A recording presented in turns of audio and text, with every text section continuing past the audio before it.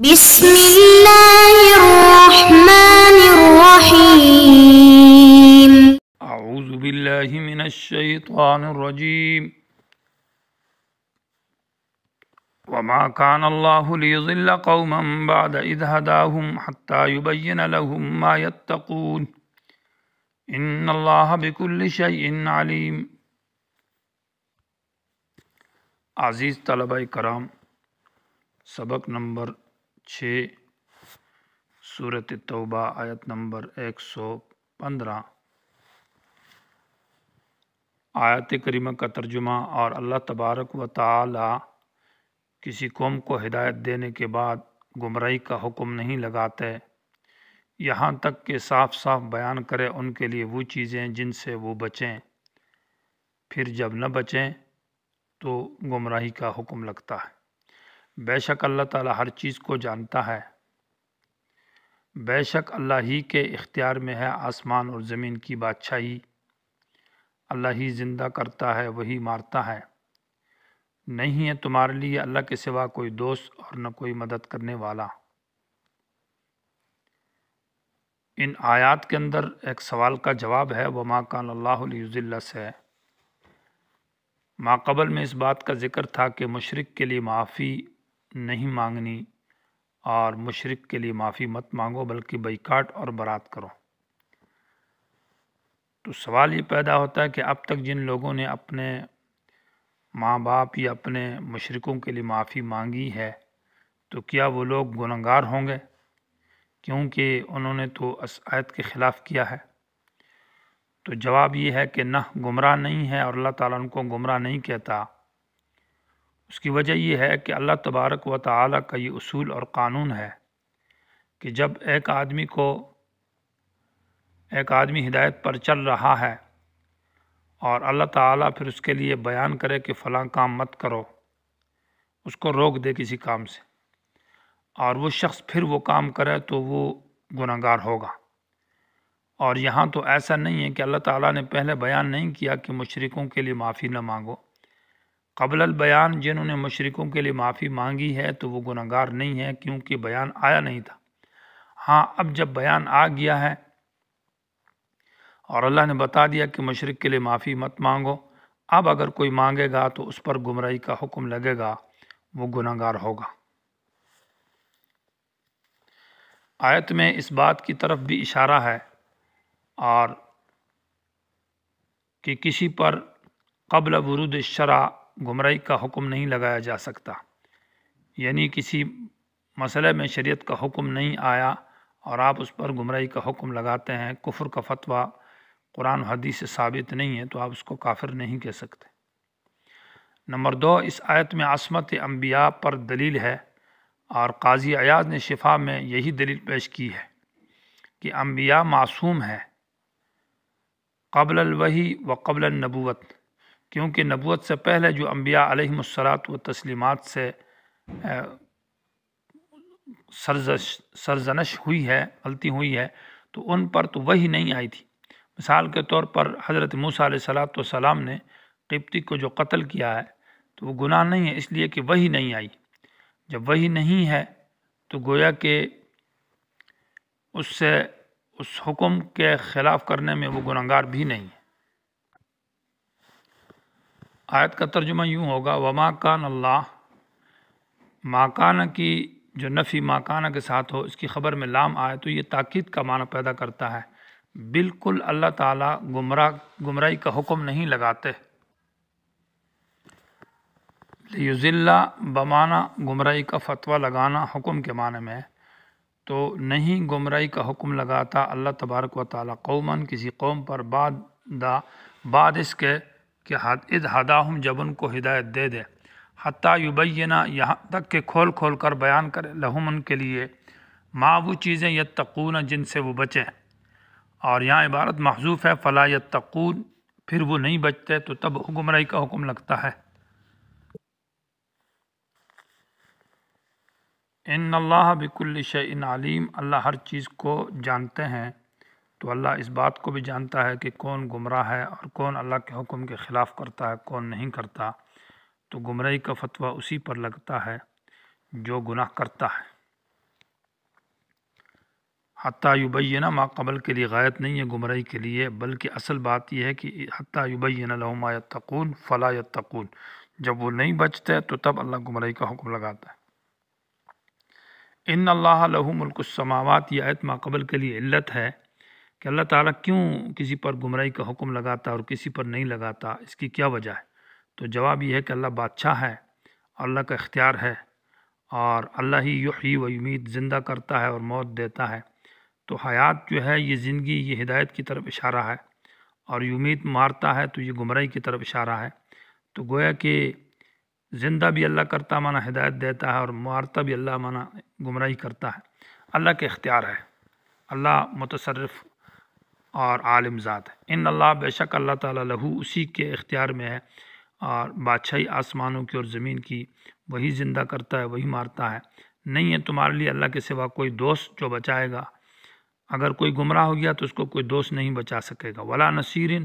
اور نہ کوئی عام مددگار اس کی مدد کر سکتا ہے۔ گویا کہ ان اللہ بکل شیء علیم میں توحید کا بیان تھا، تو توحید کامل بیان کی ہے، اور توحید کامل یہ ہے کہ اللہ کا علم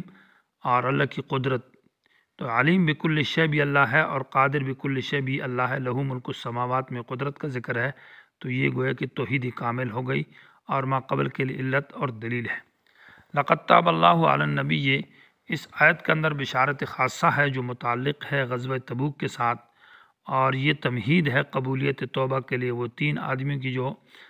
کعب بن مالک اور ہلال ابن امیہ، ان کی توبہ کی قبول کے لیے یہ ایک تمہید ہے۔ اور ما قبل سے ربط آیت کا یہ ہے کہ جب پہلے یہ کہا کہ اللہ تعالیٰ گمراہ نہیں کرتا، تو غزوہ تبوک میں جو لوگ شریک ہوئے، قریب تھا کہ وہ پھسل جاتے، یعنی جہاد سے رہ جاتے اور پیچھے ہو جاتے، لیکن نہیں پھسلے، اس لیے کہ اللہ تبارک و تعالیٰ نے ان کو گناہگار، یعنی پھسلے نہیں ہے تو اس لیے ان کو گناہگار مت کہو، یعنی ان پر ضلال کا فتویٰ نہ لگاؤ، کیونکہ وہ زیغ کا ارادہ تو ہوا تھا لیکن زیغ ہوا نہیں ہے، ٹیڑھا پن ان سے نہیں ہوا۔ وہ ترک الجہاد کا ارادہ ہی کیا ہے اور انہوں نے کیا نہیں ہے ترک الجہاد، اس لیے ان پر گمراہی کا فتویٰ نہیں لگایا جائے گا۔ لقد تاب اللہ علی النبی، تاب بمعنی آسانی کے ہے، اللہ آسانی لے آیا اپنے نبی پر اور مہاجرین پر اور انصار پر۔ الذین، وہ مہاجر اور انصار جنہوں نے نبی کی پیروی کی ہے مشکل گھڑی کے اندر، من بعد ما کاد یزیغ قلوب فریق منہم، بعد اس کے کہ ان میں سے ایک جماعت کے دل ٹیڑھے ہو جاتے، ثم تاب علیہم، لیکن پھر اللہ ان پر مہربان ہوا، یعنی استقامت عطا کی اور جہاد پر ڈٹے رہے اور ٹیڑھے مائل نہیں ہوئے۔ انہ بہم رؤوف الرحیم، بے شک اللہ ان صحابہ کرام پر بڑا شفقت کرنے والا مہربان ہے۔